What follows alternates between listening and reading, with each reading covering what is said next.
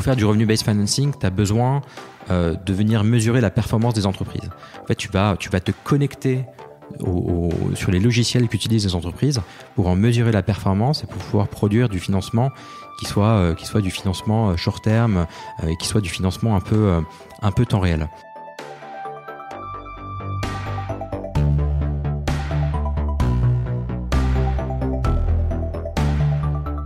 Bonjour, vous êtes sur le point d'écouter un nouvel épisode du Panier, le podcast e-commerce dans lequel on décortique les recettes gagnantes des acteurs du commerce en ligne. Mon objectif est de dénicher avec vous les meilleurs conseils et retours d'expérience pour se lancer et progresser dans la vente en ligne.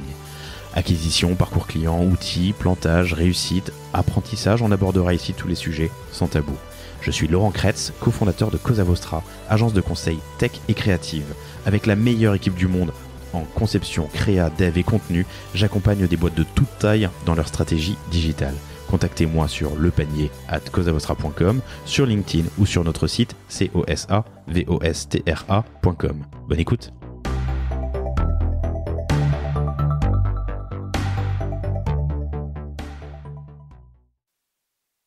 Bonjour à tous, je suis très heureux de vous retrouver aujourd'hui pour un nouvel épisode du Panier avec Nima Karimi, qui est le fondateur de Silver, le cofondateur de Silver avec Grégory Tapero. Salut Nima. Bonjour Laurent. On s'est rencontrés il y a un bout de temps, en 2010-2011, c'est ce que tu me disais tout à l'heure. Ouais, 2010.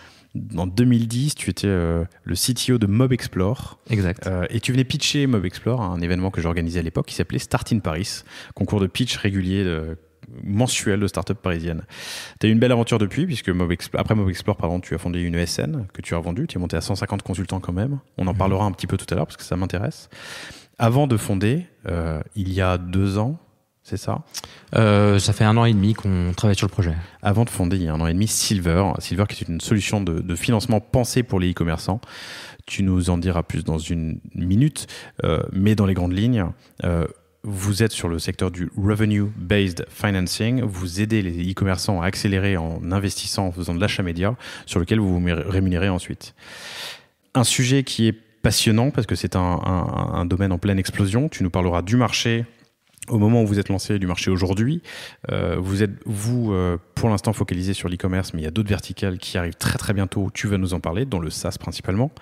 Donc j'aimerais comprendre quel est le marché, comment ça marche, ce que vous offrez, et tu nous donneras des exemples assez concrets, comme le Beauté, par exemple, que vous accompagnez qui fait partie de la trentaine de startups e-commerce, de boîtes e-commerce que vous accompagnez, c'est ça ? Exact, ouais. Ok.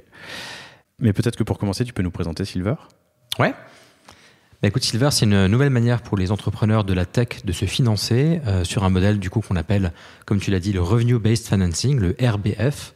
Et en fait, on permet à des entrepreneurs de la tech de se financer très rapidement, généralement en 24-48 heures, sans ouverture de capital. Donc nous, on vient absolument pas toucher au capital des entrepreneurs et avec un remboursement qui se fait en fonction du chiffre d'affaires généré. Donc ça, c'est ce qu'on appelle le revenue-based financing et c'est un mode de financement qui existe maintenant aux États-Unis depuis 5-6 ans et qui est devenu la première alternative à l'equity. En pratique, je suis e-commerçant. Je suis e-commerçant. J'ai besoin d'accélérer mes ventes. J'ai trouvé un petit peu le fit sur mon achat média, que ce soit sur Facebook ou sur Google, j'imagine.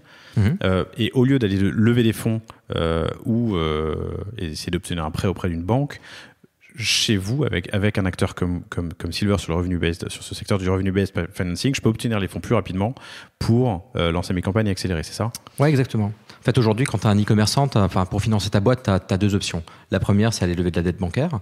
Donc, tu vas voir ta banque, etc., pour avoir des fonds.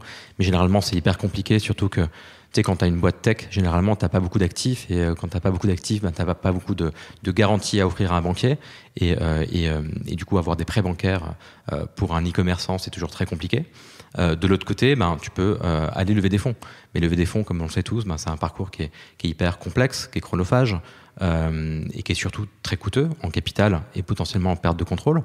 Et donc nous, face à ça, on vient créer une 3e solution, une 3e voie, et donc qui est de celle que j'ai expliquée tout à l'heure. Et de manière un peu plus concrète, nous, on vient financer l'acquisition en ligne pour les e-commerçants. Alors l'acquisition en ligne, c'est quoi? C'est toutes les pubs, Facebook, Google, etc. qu'on voit tous sur nos écrans.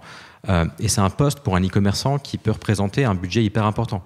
Ça peut aller jusqu'à 20 ou 30% du chiffre d'affaires, tu vois, pour un e-commerçant. Donc c'est un budget très important. Et en même temps, c'est le premier levier de croissance. Donc c'est un poste qu'il faut arriver à financer d'une manière ou d'une autre. Et bien nous, c'est ce qu'on vient financer en l'espace de 48 heures. Et le process, tu me posais la question, le process est très simple en fait. Imaginons, tu es un e-commerçant, tu as besoin de te financer chez Silver. En fait, ce que tu vas commencer par faire, c'est connecter tes comptes sur Silver. Donc tes comptes, ça va être quoi? Ça va être ton Google Analytics, ton PrestaShop, Shopify, ton Facebook Ads, etc. Nous, ça va nous permettre de faire une review de tes performances, etc. De manière quasi temps réel. Et très rapidement, en quelques heures, on va être capable de te proposer un montant de financement pour venir payer ton acquisition. Bon, un montant et un coût de financement? Ouais. Ou le coût est toujours le même? Le coût, il est entre 6 et 9% des montants qu'on vient financer pour toi. Mais je vais t'expliquer, quand je te parlerai du remboursement, tu verras, c'est très très simple à comprendre. Mais en gros, ce montant de financement-là, qu'on vient nous t'octroyer, généralement, c'est plusieurs mois de ce que tu dépenses habituellement en ad spend. Donc on vient regarder ton ad spend mensuel et ce qu'on va appeler une première tranche de financement pour nous, ça va être plusieurs mois de ton ad spend mensuel. Et ce financement-là, on va te le mettre à dispo sur une carte bancaire virtuelle. D'accord ? Et on va te donner cette carte bancaire-là. Et à partir de ce moment-là, toi, tu vas plugger cette carte sur Facebook et sur Google. Et donc, c'est plus toi qui vas payer ton acquisition, mais c'est nous qui allons la payer pour toi. Okay ? Et ensuite, avec quelques semaines de décalage, c'est là où on va commencer à nous rembourser. Et on va se rembourser jusqu'à 100% de ce qu'on a financé pour toi, plus notre commission en top. Et cette commission-là, elle est entre 6 et 9%. Quelle que soit la durée de remboursement? C'est là où on a un modèle qui est hyper simplifié par rapport à du prêt bancaire, etc. C'est que peu importe la durée de remboursement, le coût, tu le connais par avance. Il est soit de 6, soit de 7, soit de 8, soit de 9%. Ce qui fait que tu peux très très facilement intégrer ce modèle dans ton coût d'acquisition.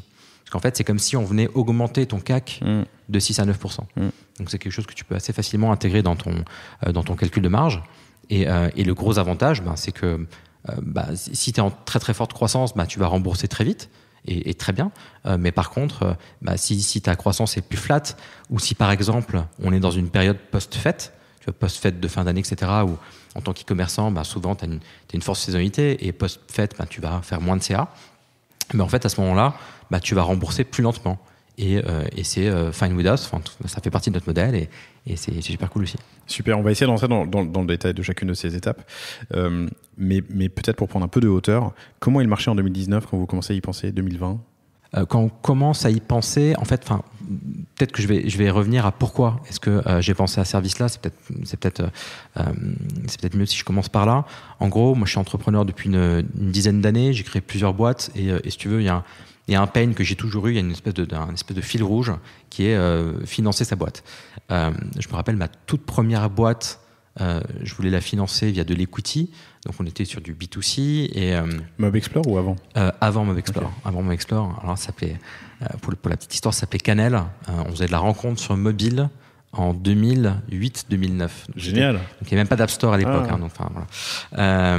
Et notre première levée de fonds en B2C, en fait on l'a un peu planté puisque on sortit d'école, on était un peu gourmand aussi et on va voir des invests et un des premiers invests qu'on va voir nous dit OK, etc. et prêt à nous signer un chèque. Nous on pensait que la valo était pas assez élevée. Donc du coup on a continué à en voir d'autres et in fine tous les autres nous ont dit non et le premier du coup c'était trop tard, il nous a dit non aussi parce que son offre était limitée dans le temps et du coup on s'est retrouvé avec rien et du coup il a fallu qu'on pivote la boîte et c'est là où on est parti sur du B2B et c'est là où on a fait Mobexplore.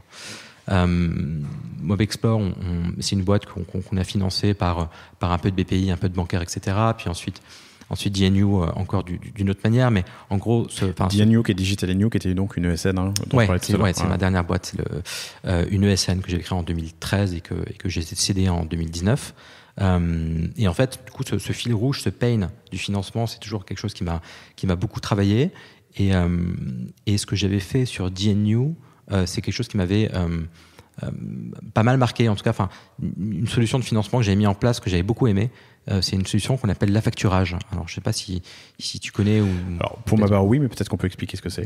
Ouais, en fait, c'est quelque chose qui est très simple. En fait, alors ça marche quand tu es en B2B et quand tes clients sont plutôt des grands comptes, ou en tout cas de belles signatures. En fait, quand tu édites une facture en B2B, généralement, tu es payé à 30 jours ou 60 jours. Okay, sauf que là, au lieu d'attendre que ton client te paye au bout de 30 et 60, en fait, cette facture, on peut considérer qu'elle a de la valeur. Et en fait, tu peux la vendre à un établissement de financement qu'on va appeler un factor, une boîte d'affacturage. Et elle va te faire tout de suite une avance de trésorerie. Et ensuite, quand ton client final paye le factor, parce que c'est comme si tu as cédé ta facture, donc, le client final, du coup, te paye pas toi, mais il paye le factor. Et une fois que le facteur s'est fait rembourser, ou en tout cas s'est fait payer la facture, c'est là où le facteur te reverse le reliquat entre ce qu'il t'avait versé et le montant total de la facture. Donc ça, c'est un mode de financement. En prenant une commission au passage. En prenant évidemment une commission au passage. Ouais, exactement. Donc ça, c'est un mode de financement qui marche beaucoup. En France, d'ailleurs, pour les PME, c'est une solution qui aujourd'hui a dépassé le découvert bancaire, par exemple. Donc c'est quelque chose qui est quand même très, très employé. Attends, l'affacturage en France a dépassé le découvert bancaire? Ouais, en termes de méthode de financement pour les PME, ouais. Okay. Donc plutôt que de demander une ligne de crédit, je sais pas comment on appelle ça, un découvert, c'est de l'affacturage. Ok. Ouais, clairement. Ouais, l'affacturage, je crois que ça a été inventé dans les années 70-80 et c'est en croissance à 2 chiffres quasiment depuis là. Et ça cartonne, ça marche très très bien. Et c'est opéré par des grandes banques, par la SOG, la BNP. À chaque fois qu'on a essayé d'y toucher, en fait, mais on est peut-être trop petit. Je sais pas s'il y a une taille pour l'affacturage, une bonne taille. Il faut avoir un minimum de volume de facturation. Il faut que tes factures en elles-mêmes fassent une taille qui soit suffisante. Il faut surtout que tes clients puissent être des clients plutôt moyens grand compte. Ouais, c'est ça. Ouais. Ok. En tout cas, c'est un mode de financement qui marche très bien, que nous, on avait employé chez DNU dès le départ. Et bien que ce soit un peu complexe à mettre en œuvre, parce que tu vois, en termes de process, c'est pas évident. Il y a un middleman entre ton client et toi, etc. En termes de flux de trésorerie, parfois c'est un peu galère pour s'y retrouver. Mais moi, j'ai trouvé cette solution-là en fait assez magique. Pourquoi magique? Parce que en fait, j'avais une solution de financement qui était pluguée à l'intérieur de ma boîte et qui venait financer mes factures au fur et à mesure que je les produisais. Et du coup, c'était un mode de financement qui est hyper scalable, quoi, et non dilutif. Et donc, moi, j'ai trouvé ça assez magique. Et c'est en réfléchissant à mon next move où je me suis dit, tiens, mon fil rouge en termes de pain en tant qu'entrepreneur, ça a toujours été le financement.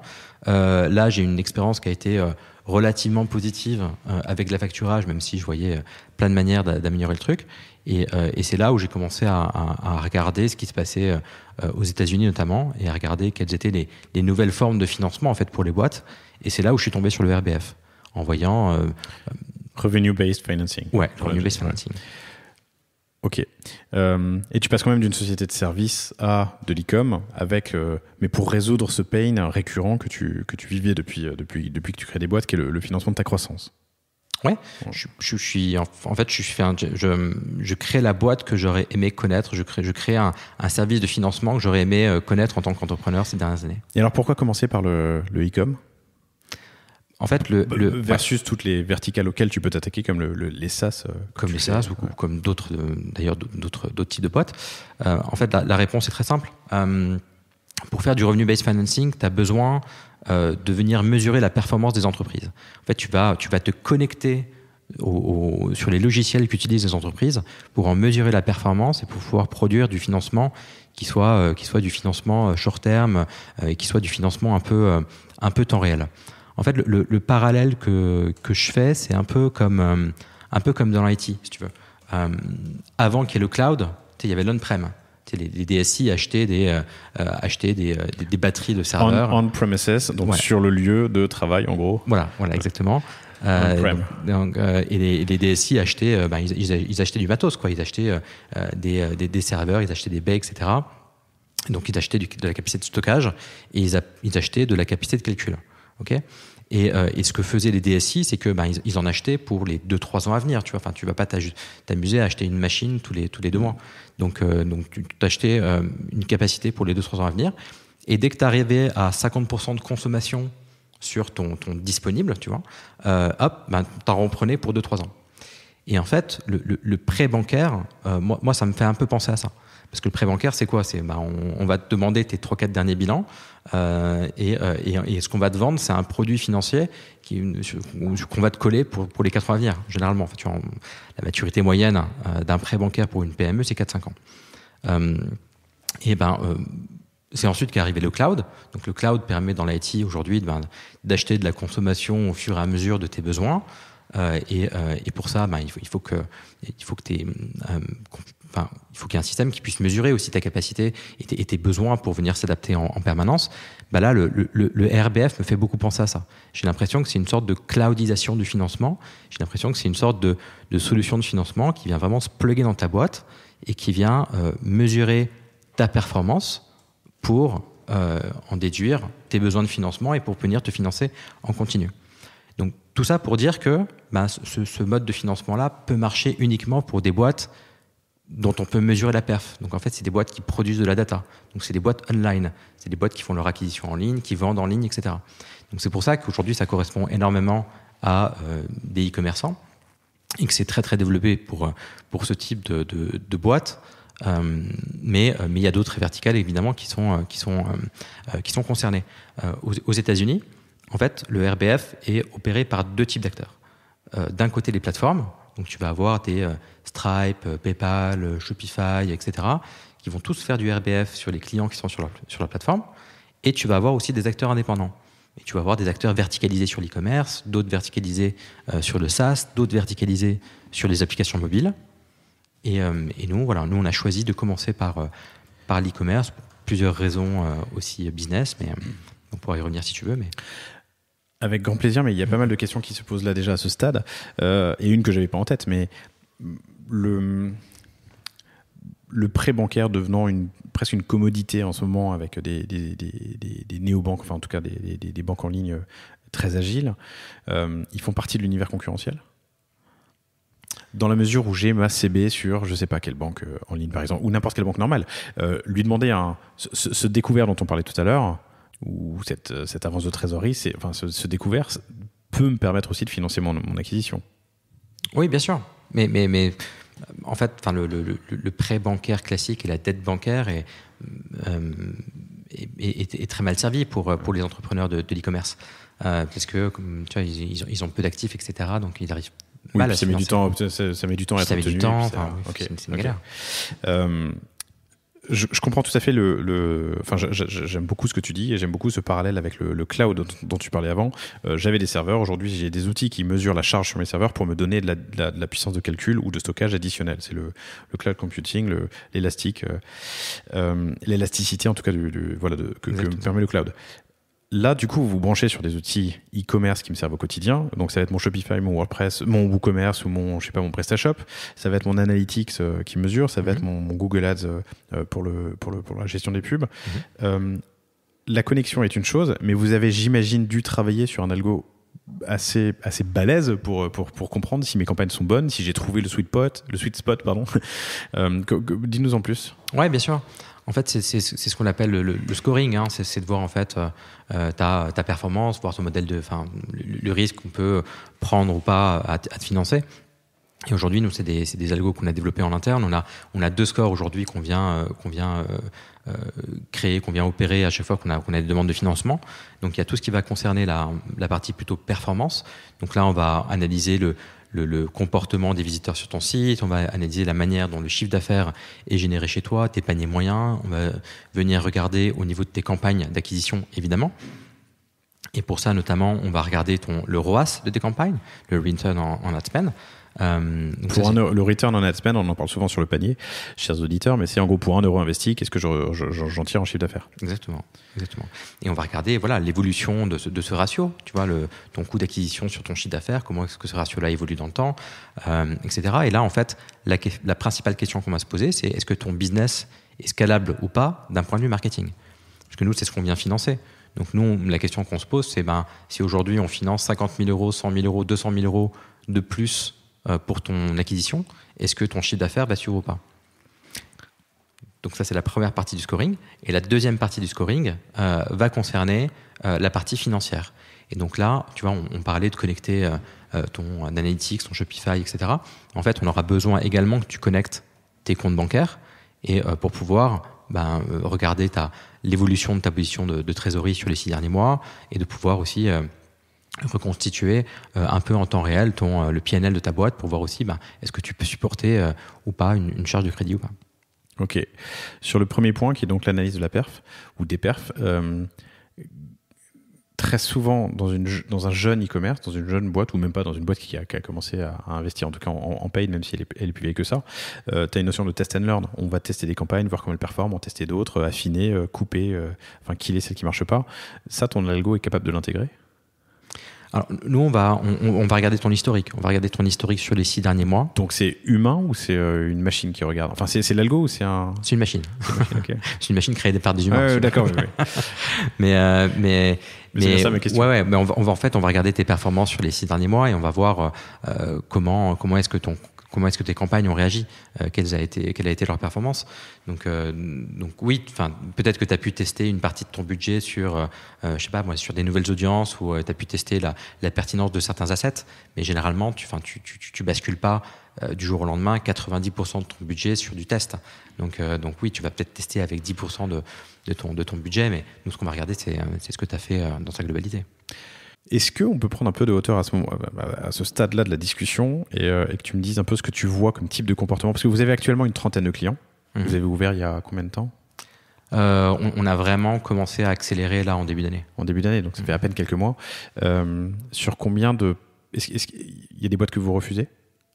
Il y a des boîtes qu'on refuse parce qu'elles n'ont pas suffisamment d'historique ou elles ne font pas suffisamment de chiffre d'affaires. C'est vrai qu'on n'en a pas parlé, mais pour qu'on puisse financer des boîtes, il faut que nous, on puisse observer minimum 10 000 euros de chiffre d'affaires mensuel et 2 000 euros de date spend mensuel sur au moins 6 mois. 10 000 euros de MRR, enfin en tout cas de revenus mensuels, pardon, et 2 000 euros d'ad spend sur au moins les 6 derniers mois. Ouais, 2 000 euros en mensuel sur au moins 6 mois. Ouais. 2 000 euros mensuels sur les 6 derniers mois, sur au moins 6 mois, pardon, pour pouvoir vous positionner sur oui ou non on accompagne. C'est ça. Et en fait, c'est avoir suffisamment de data pour faire une analyse, c'est ça? Oui, avoir suffisamment de data pour pouvoir alimenter notre algo de scoring et pour qu'on puisse donner une décision de go no go. Ok. Sur cette décision de go no go, j'ai parlé du test and learn et tu as raison, le test and learn, c'est pas la majorité de mon acquise, mais très souvent sur les côtés, disons, des choses que je teste qui peuvent ensuite passer en acquisition principale, on va dire, en méthode principale. Mais il arrive souvent qu'il y ait des plafonds de verre dans l'acquise. C'est pas parce que je dépense 1000 pour rentrer 10 000 que si je dépense 100 000, j'entrerai 1 million. Ce serait trop beau. Ouais. Ce serait évidemment trop beau. Non, évidemment, l'acquisition, c'est pas une science exacte. Déjà, il y a un effet saisonnalité. Tes audiences peuvent aussi s'épuiser. Il y a une question de profondeur d'audience. Il y a une question aussi de concurrence. Tu vois, tu peux très bien du jour au lendemain te retrouver avec une pression concurrentielle qui est plus forte sur les audiences que tu vas cibler, parce que tu as des acteurs qui vont commencer à déployer de plus en plus de budget, etc. Et du coup, ta visibilité va te coûter de plus en plus cher, et ça vient diminuer ton ROAS. Donc oui, c'est un travail en permanence, et nos clients sont tous accompagnés par des agences médias qui vont piloter leur budget, qui vont gérer leur budget au quotidien, et ça, c'est un point qui est évidemment très très important. Du coup, c'était ma question suivante justement, est-ce que tu vas les aider, ces agences? Est-ce que tu as aussi des e-commerçants ou des clients qui le font eux-mêmes? On a très peu d'e-commerçants qui le font eux-mêmes. On en a quelques-uns, là, aujourd'hui, dans notre portefeuille de clients. Très souvent parce que soit ils ont une taille importante et donc il va y avoir vraiment une personne en interne qui va s'occuper que de ça, ou alors tu vas te retrouver avec quelques cas où tu as un des cofondateurs qui a vraiment une compétence particulière sur ce domaine-là, et donc il va le faire en interne.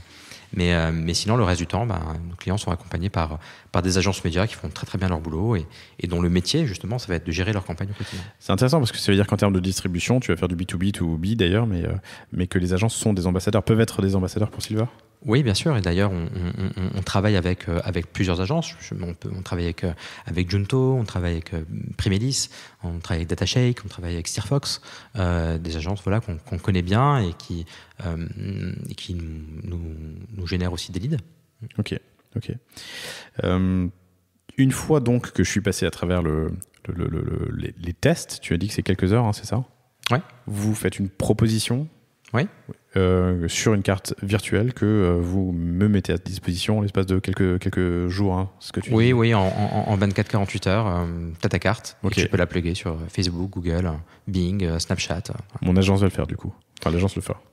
Soit l'agence, soit toi-même. Généralement, tes moyens de paiement, c'est toi qui les gères. Et du coup, là, on est dans la deuxième phase de l'accompagnement, c'est-à-dire que j'ai les fonds à dispo. Je suis pas forcément obligé de les dépenser. Comment ils les dépensent, les gens ?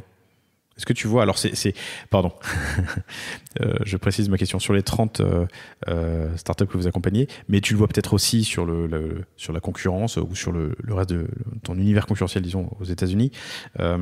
Ils ont tendance à dépenser immédiatement, rapidement. Est-ce qu'il y a un avant et un après ? Est-ce que ça accélère doucement ? Quel est le comportement ? Non, c'est une très bonne question. En fait, là, tout va dépendre de la prise de risque que veut prendre l'entrepreneur.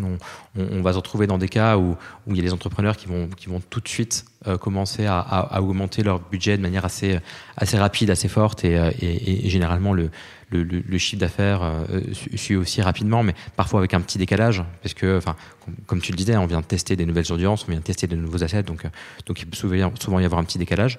Mais on a des clients qui vont dépenser très rapidement, d'autres qui vont être beaucoup plus précautionneux et ils vont augmenter leur ad spend de manière beaucoup plus lente parce qu'ils ont envie de prendre moins de risques. Et là, moi, c'est plutôt une question de personnalité, j'ai envie de dire. Ok. Et ensuite, il y a un suivi sur la durée de vie de cet investissement, disons, de vous dans la startup ou de la startup sur du e-commerce sur son acquise. Comment se fait ce suivi ? Il y a des rapports, il y a une réconciliation à un moment à faire. En fait, nous, on reste connectés sur les comptes de l'e-commerçant. Donc, en fait, le suivi va se faire en temps réel. Okay. Et en temps réel, en fait, on voit quelle est l'évolution de son chiffre d'affaires, on voit comment évolue son ad spend. Et d'ailleurs, on le voit, mais on lui fait voir aussi. Puisqu'en fait, on a aussi un dashboard qui va lui permettre de suivre sa courbe de chiffre d'affaires, qui va lui permettre de suivre ses dépenses, etc. Et de suivre ses remboursements quand ils vont commencer à apparaître. Et c'est sur l'ensemble du chiffre qui est réalisé ? En ligne, en digital ? Oui, alors nous on a un modèle qui est très simple, hein. On vient financer toute l'acquisition en ligne, okay. Et derrière on prend un pourcentage de remboursement qui est appliqué sur toutes les ventes en ligne. Toutes les ventes en ligne, même si elles ne sont pas attribuées aux campagnes. Toutes les ventes en ligne. Toutes les ventes en ligne. En fait, on va pas rentrer dans des considérations d'attribution parce que c'est un sujet qui est très complexe. Un arbitrage qui serait infini à faire. Ce serait juste. Et d'ailleurs, il n'y a pas d'outil qui existe. L'attribution reste un enjeu, disons, aujourd'hui. Oui, l'attribution est un véritable enjeu pour les e-commerçants qui vont faire de l'acquisition sur des canaux qui vont être différents. Mais oui, c'est un sujet. Si tu veux, parfois pour une même vente, tu vas avoir Google qui va te dire, en fait, ton client il vient de moi, et t'as Facebook qui va te dire, non, en fait, c'est moi qui ai généré ton client. Et toi, ton rôle en tant qu'e-commerçant, c'est d'essayer de faire un arbitrage et de savoir d'où vient ton client. Et parfois, c'est pas aussi simple parce que, imaginons un client qui a vu ta pub pour la première fois sur Facebook, mais il s'est rappelé de ton nom et ensuite il allait taper ton nom sur Google. En fait, à qui est-ce que tu attribues le client ? À Facebook ou Google ? C'est toujours un peu compliqué. C'est un enjeu. Comment est le marché actuellement ? Le marché d'e-commerce ? Non, le marché du Revenue-Based Financing, du RBF. Le marché du RBF dans son ensemble est quand même très j'ai envie de dire booming en fait aux États-Unis, ça cartonne. Les acteurs font de plus en plus de volume. En Europe, ça commence à arriver. On a quelques acteurs au UK, on a des initiatives aussi en Allemagne, en Espagne, mais c'est un space qui est encore très naissant. Ok. Et au niveau de la réglementation, est-ce que tu as des engagements particuliers à remplir ? Tu avances des sous à des entreprises, donc on n'est pas loin c'est du prêt, mine de rien. Donc, C'est du prêt, ça ressemble à du prêt, ou c'est du prêt. En fait, on est dans un environnement juridique et nous, on utilise une réglementation juridique qui bénéficie d'une exception au monopole bancaire et qui, du coup, ne nécessite pas d'agrément. Tout en restant tout à fait, évidemment, légal, hein, sinon vous ne seriez pas là. Est-ce que tu as déjà des résultats à nous partager sur ces quelques premiers mois d'activité ? Oui. Alors, il y a une stat qu'on a mesurée qui est la performance de nos clients entre le moment où on les a financés et 3 mois après. Et en fait, ces clients-là, ils font en moyenne x2. On voit que le modèle marche très très bien. Il y a x2 avant le financement et après. Ouais. Et c'est linéaire avec l'augmentation de l'investissement? Oui, complètement. Okay. Oui. En fait, c'est des e-commerçants qui avaient une capacité de scaling, mais c'est juste qu'ils n'avaient pas les moyens en fait de le faire, et nous on leur apporte les moyens de pouvoir aller chercher de la croissance. Donc on est ravis de voir que ça marche. On parle beaucoup aussi tout à l'heure je disais une première tranche de financement, parce qu'en fait ce qui se passe c'est que quand nos clients commencent à dépenser, généralement le chiffre d'affaires suit, etc. Comme je te le disais, on voit du x2 en 3 mois, et ce qui se passe c'est que dès qu'ils sont aux alentours de 70-80% de consommation de leur tranche de financement en cours, nous, on va refaire une sorte de mini-scoring intermédiaire, une sorte de mini-review, et si tous les voyants sont verts, on va mettre en place une deuxième tranche de financement, puis une troisième, etc. Et là, ce qui se passe avec nos clients, c'est que tous les clients qu'on a commencé à financer il y a maintenant plus d'1 an, c'est des clients qu'on refinance en fait au fur et à mesure. Et on est venu là à financer toute leur acquisition sur 2020, là on se projette sur tout 2021, et parce que c'est un modèle qui fonctionne, quoi. Est-ce que, mais du coup, je voulais te poser la question plus tard, mais je la pose maintenant. Est-ce que du coup, dans la durée de vie, dans la maturité d'une startup, il y a un moment où le revenue-based financing est moins utile qu'à un autre? Est-ce qu'un grand compte a autant besoin de revenue-based financing qu'une petite startup en accélération qui fait du scale?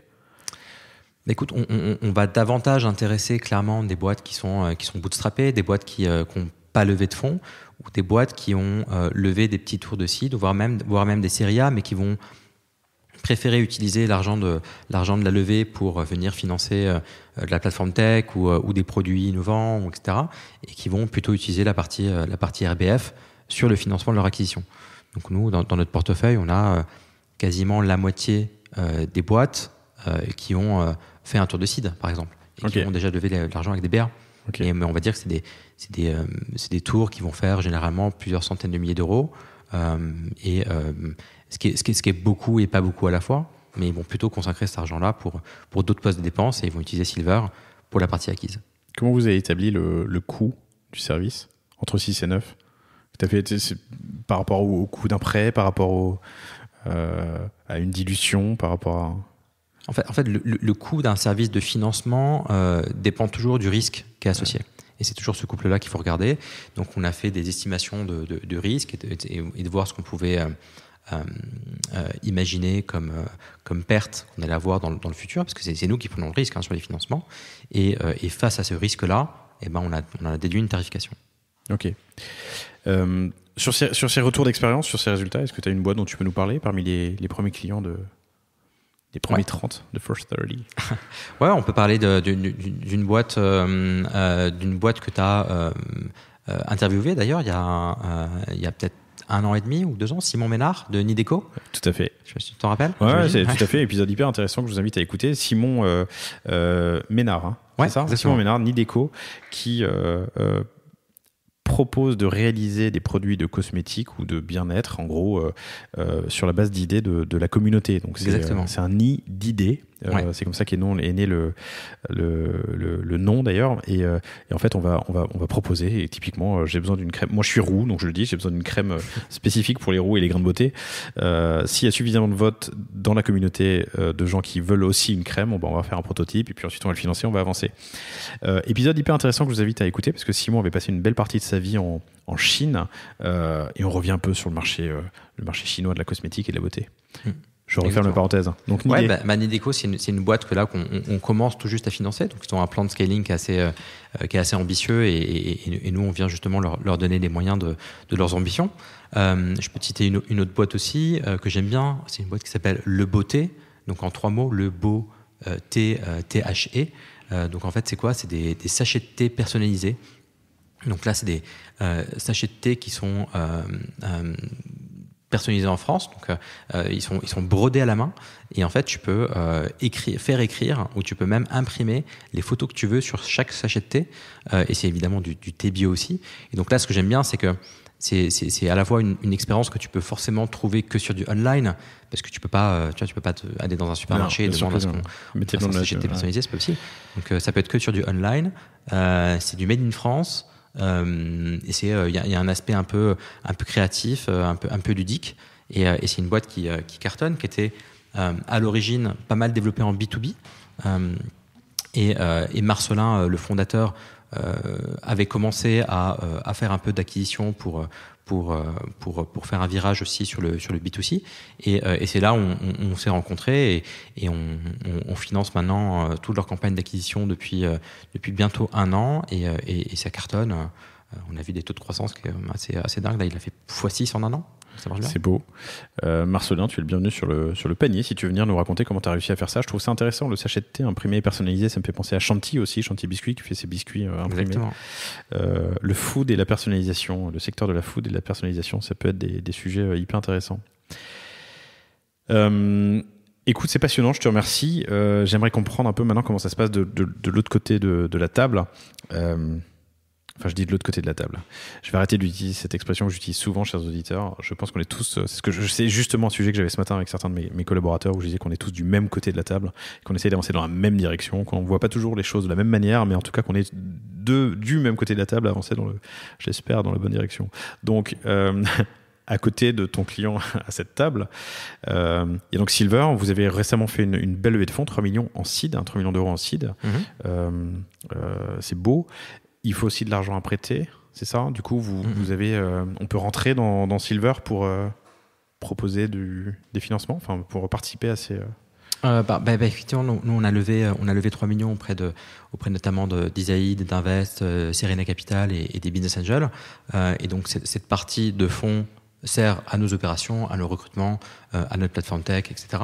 Et à côté de ça, il faut aussi qu'on lève de la dette pour pouvoir financer nos clients. Et c'est ce qu'on fait aussi auprès de nos business angels, auprès de family office et auprès d'investisseurs fortunés, on va dire. Avec quel objectif? En volume, en montant, pardon. En montant, on est sur plusieurs millions d'euros de levée. Là, on relance une tranche de levée de dette de 3 millions dans 2 semaines. Okay. Et c'est quelque chose qu'il faut qu'on fasse en permanence, en fonction de notre scale. Donc là, pour l'instant, c'est auprès de ce type d'acteurs-là qu'on va lever de la dette, mais très prochainement, ça va être auprès de gestionnaires d'actifs. Ok, intéressant. T'as un marché qui est profond en plus, parce que pour l'instant, vous n'êtes qu'en France, hein, vous n'êtes pas encore à l'international. Pour l'instant, on n'est qu'en France. Ok. Déjà rien qu'en France, il y a beaucoup de monde si j'en crois d'ailleurs les chiffres des audiences du panier, vous êtes d'ailleurs tous les mois entre 40 et 50 000 entre 40 et 45 000 à écouter le panier, c'est formidable. Donc il y a encore du monde, j'imagine, à aller servir. Je m'étais noté la question des grands comptes, mais tu y as répondu. J'aimerais aussi un peu comprendre ce que tu attends de 2021, 2022. Comment est-ce que tu vois ton marché évoluer et puis les autres verticales peut-être que tu vas attaquer? Oui, il y a une verticale sur laquelle on travaille maintenant depuis plusieurs semaines et on est en train de poker. C'est la verticale des SaaS. Poker, Proof of Concept. Ouais, pardon, on est en train de tester un prototype, effectivement. Et donc, c'est une verticale pour les SaaS. Et en fait, ce qu'on observe chez les acteurs SaaS, chez les acteurs de l'abonnement, c'est que tu as des besoins de cash qui sont quand même assez importants, puisque ton acquisition client, généralement, tu vas l'amortir en 4 à 6 mois. Et donc, tu as besoin d'avoir du cash pour pouvoir acquérir des clients, pour les servir. Et c'est les futurs abonnements en fait, qui vont payer ton investissement de départ. Mais du coup, tu as un tunnel qui est plus long. Ce que je veux dire, c'est que quand je fais de la pub pour acheter un mec qui va m'acheter, pour acheter un client qui va m'acheter, je sais pas, un sachet de thé, il l'a acheté immédiatement. Alors que très souvent dans le SaaS, j'achète un free que je vais espérer transformer en premium. Exactement. Et du coup, ton ROI va se faire sur des périodes beaucoup plus longues. Mais donc, du coup, ça vient aussi accroître ton besoin de financement immédiat. Et généralement, les boîtes SaaS, vont lever des fonds, ils vont lever de l'equity. Donc là, on est en train de travailler, nous, sur un modèle, toujours en RBF, où on vient en fait transformer tes abonnements, on vient transformer les mensualités que tu vas toucher sur des abonnements en cash upfront. Et ça, c'est un projet sur lequel on bosse, oui. Ouais, c'est-à-dire C'est-à-dire que c'est comme si on transformait entre guillemets ton MRR en ARR, quoi. C'est comme si on venait se dire que en fait, toi acteur du SaaS, en fait, tu as un actif que tu sous-estimes aujourd'hui, qui sont tous les abonnements que tu as et en venant nous estimer ta LTV, en estimant ton churn, etc., on dit que tout ça, ça a de la valeur et donc on est capable de transformer tes abonnements en financement, en trésorerie immédiate. Ok, un mec qui va me payer 10 balles par mois pendant un an, vous êtes capable de m'apporter 120 € par exemple, ou moins, parce qu'il y a une certaine décote évidemment.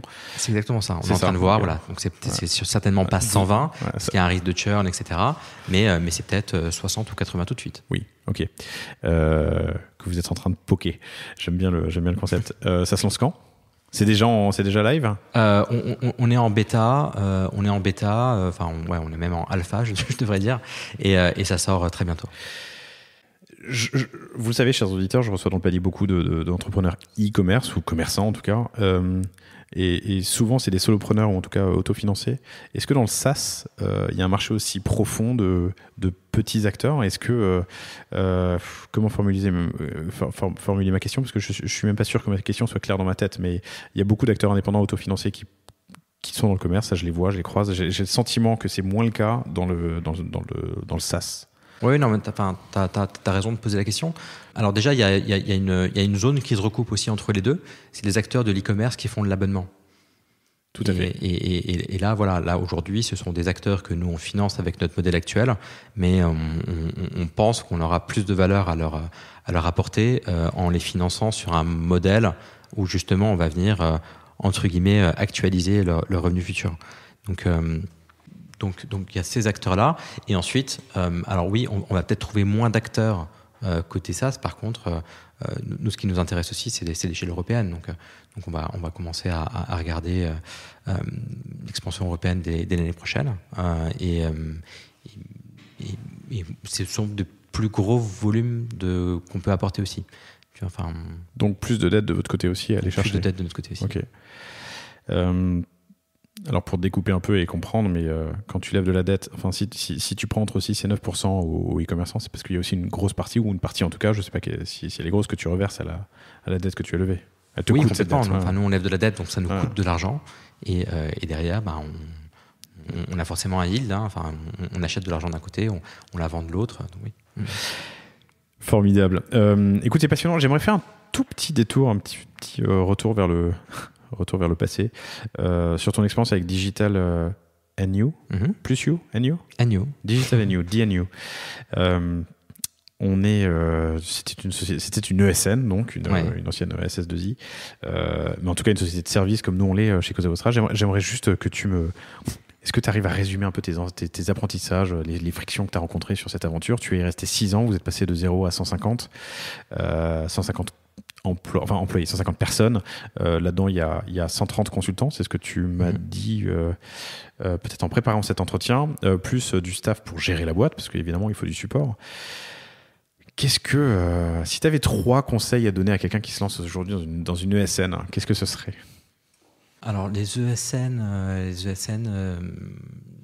en fait, déjà, c'est un domaine qui est très, très concurrentiel. Donc, quelqu'un qui veut se lancer sur ce marché-là, je lui conseillerais de trouver un positionnement qui soit quand même assez particulier et de pouvoir apporter quelque chose au marché et à ses collaborateurs. Ça serait peut-être le premier conseil. Le deuxième conseil, c'est bien de se poser la question de comment est-ce qu'il va financer son activité. Parce que c'est une activité de people, hein. Donc c'est une activité qui est hyper people intensive et hyper capital intensive. Donc faut être assez solide en termes de financement, parce qu'on comprend très bien. Donc on facture en B2B, on facture des clients qui vont te payer peut-être à 30-60 jours quand ils te payent en temps et en heure, mais parfois ça peut être plus, hein, il peut toujours y avoir des retards de paiement. Et toi de l'autre côté, il faut que tu payes tes salaires à la fin du mois. Donc il y a un sujet quand même qui se pose au niveau du financement. Et ensuite, c'est un sujet aussi de people, mais plus sur la partie managériale. Donc comment est-ce que tu vas écrire une histoire pour tes équipes et comment est-ce que les gens vont se projeter là sur les années à venir. Et il y a plein de sujets managériaux, RH, etc., qui sont assez passionnants à mettre en œuvre. on gravite évidemment autour d'eux ou à côté d'eux plutôt, pas mal de SN. Je pense à Vivieris, qui est une grosse boîte de 600-700 consultants, très, très indus. Mais j'ai des copains aussi qui ont lancé des boîtes qui marchent bien. Je pense à Jonathan Salmona, qui a fondé Shodo, qui est une boîte une ESN très... Je ne sais pas s'il m'engueulerait si je le dirais, mais si je le dis, mais communiste. En gros, ils ont une approche qui est pour une fois un peu différente, où ils disent, nous, il y a un frais fixe de gestion d'un consultant, on va dire, et tout le reste, tout ce que j'arrive à vendre en plus, tout ce que le consultant arrive à vendre, c'est pour lui, quoi. Ah, super. Mais j'ai l'impression, en tout cas, que c'est vrai que les ESN, il y en a beaucoup. Moi, la question que je me pose surtout, c'est comment est-ce que tu arrives à donner, alors, du sens et à partager un ADN, une culture et des valeurs avec des consultants que, par définition, tu vois pas si souvent que ça, que tu croises pas tous les matins à la machine à café, quoi. Bah, c'est très compliqué. Nous, on faisait un maximum d'événements, on faisait des meet-up en interne, donc il y a des sujets un peu techniques qu'on mettait un peu sur la table et on bossait sur ces sujets-là. Mais effectivement, ce lien-là est très compliqué dans une boîte où tu vas avoir d'un côté des populations qui sont salariées, de l'autre côté des populations qui sont freelance, et parmi toutes ces populations-là, certaines qui sont entre guillemets en interne, qui bossent dans tes bureaux tous les jours, et d'autres qui bossent chez tes clients. Et effectivement, c'est vraiment pas évident d'arriver à créer ce rapport, cette intimité avec tes collaborateurs quand tous les jours ils bossent chez ce que nous on appelait un client final, quoi. Ok. C'était quoi les KPI que tu avais à ton tableau de bord? Qu'est-ce qui t'obsédait quand tu te réveillais le matin? Les ventes. Les ventes, la trésor, chiffre d'affaires, la marge brute, l'EBITDA. Voilà. L'EBITDA, tu le suivais régulièrement? Ouais, non, nous on suivait l'EBITDA mensuellement. On faisait des arrêtés, une sorte de mini arrêté en fait, mensuel. Parce que c'était hyper important. On était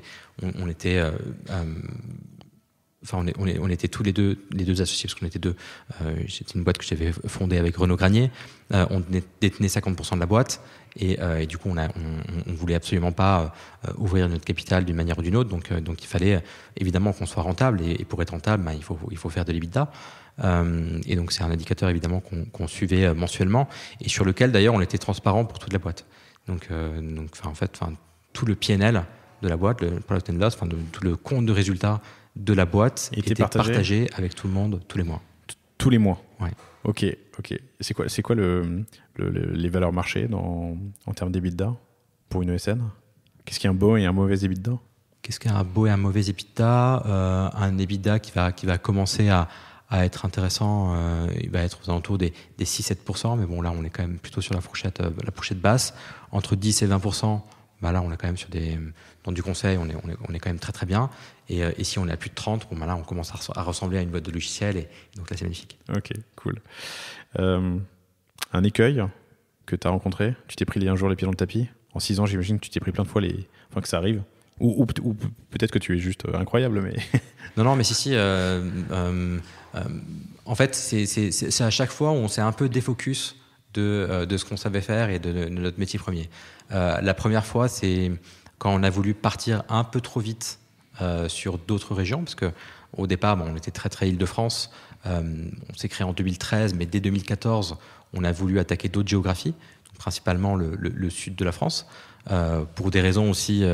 on va dire familial et de cœur, quoi. Moi je suis montpelliérain, Renaud aussi, et du coup on avait quand même ce rêve un jour de pouvoir aussi avoir une partie de l'activité à Montpellier, sauf que je pense qu'on l'a fait trop tôt. Donc ça c'est quelque chose qui a pas très bien marché, ou en tout cas qui n'avait pas la même croissance que celle qu'on avait en Île-de-France. Le marché est beaucoup moins dynamique, et bien qu'on était des Montpelliérains, quand on arrivait et qu'on tapait la porte de nos clients à Montpellier, on nous disait non, vous les Parisiens, vous avez rien à faire là. On disait non, en fait on est Montpelliérains. Alors la boîte on l'a créée à Paris, mais donc ça c'était un peu compliqué. Il y a eu ça, et il y a eu un autre écueil aussi, c'est quand on a voulu monter une espèce d'école de formation en interne en 2016, faire entrer un troisième associé plutôt technique avec un modèle économique un peu spécial. Là aussi, on s'est un peu pris les pieds dans le tapis, et on n'a pas réussi à valider les hypothèses qu'on avait imaginées au départ. Du défocus. Ouais. École de formation en interne pour vos consultant? Ouais, pour nos consultants. Ok. Et sur un modèle un peu particulier où en fait, on salariait des élèves en sortie d'école d'ingé, mais des élèves qui étaient bons, mais qui étaient pas forcément complètement opérationnels dans des équipes tech de haut niveau. Et là, l'idée, c'était en fait de les accélérer techniquement parlant et de les former. Mais en fait, on les formait, on les salariait.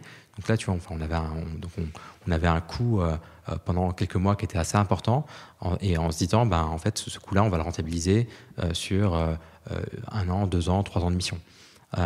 Et en fait, ben, enfin, tu vois bien que c'est un business qui est hyper risqué, et il y a deux, trois paramètres qu'on n'a pas réussi à valider, en tout cas, enfin, deux, trois KPI qui n'étaient pas exactement ceux qu'on avait imaginés, et du coup, ben, c'est un modèle qui était très peu rentable.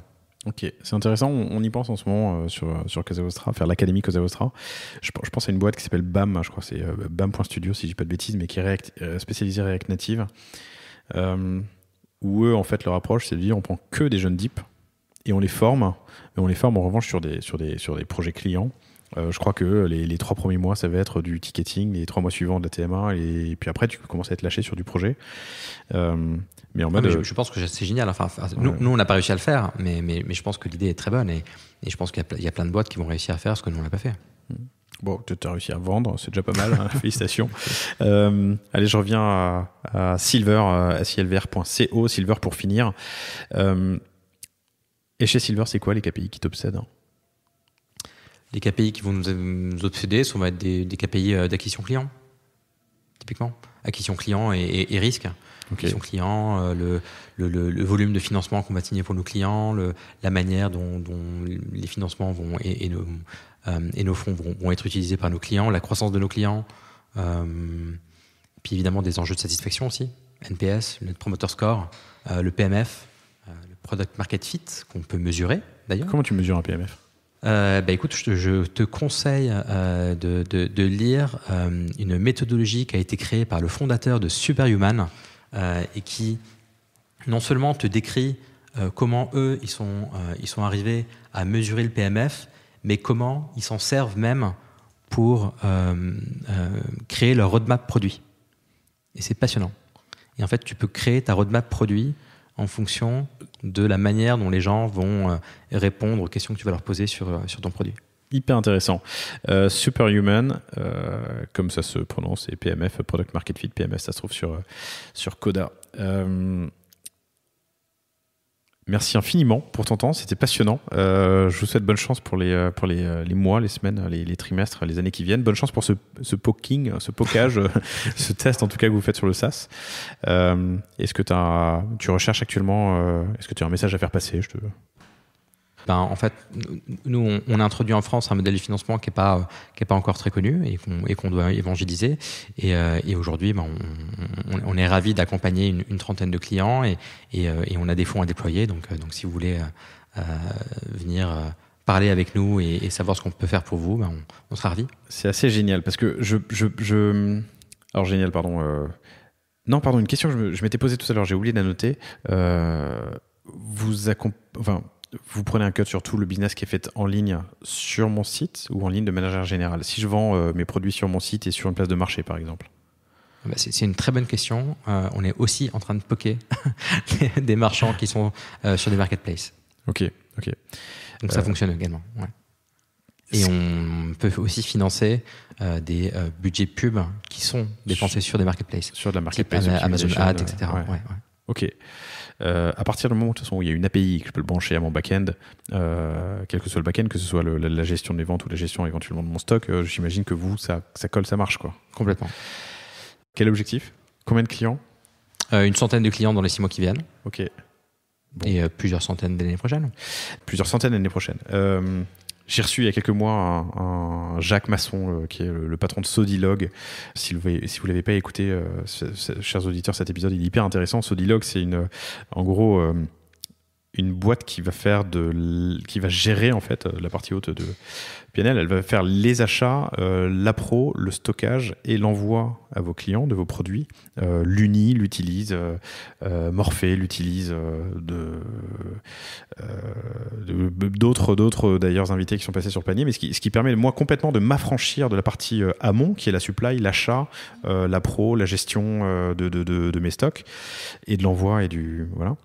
Je suis en train de me dire qu'avec un partenaire comme Solilog, avec un partenaire comme Silver, je n'ai plus qu'à gérer ma plateforme de marque, mes tests produits et tout le reste, je l'ai un peu sur as a service, quoi. Bah c'est exactement ça. Hein. En fait, nous, on existe pour que les entrepreneurs puissent vraiment se consacrer sur leur cœur de business. Formidable. Nima, merci infiniment. C'était un plaisir de te recevoir et puis je te souhaite bonne chance pour cette année. On se rejoint dans un an pour un catch-up pour que tu me dises comment ça a marché. Bah écoute, avec grand plaisir. Merci beaucoup, Laurent. Merci, au revoir.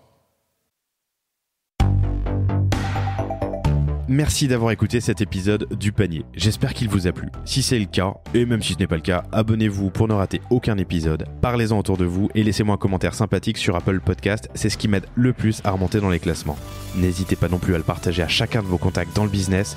Chaque nouvel auditeur intéressé est une victoire. Si vous avez besoin d'un accompagnement tech et créatif, que ce soit pour votre site internet, votre stratégie de contenu ou d'inbound marketing, n'hésitez pas à me contacter à l'adresse lepanier@cosavostra.com. À bientôt.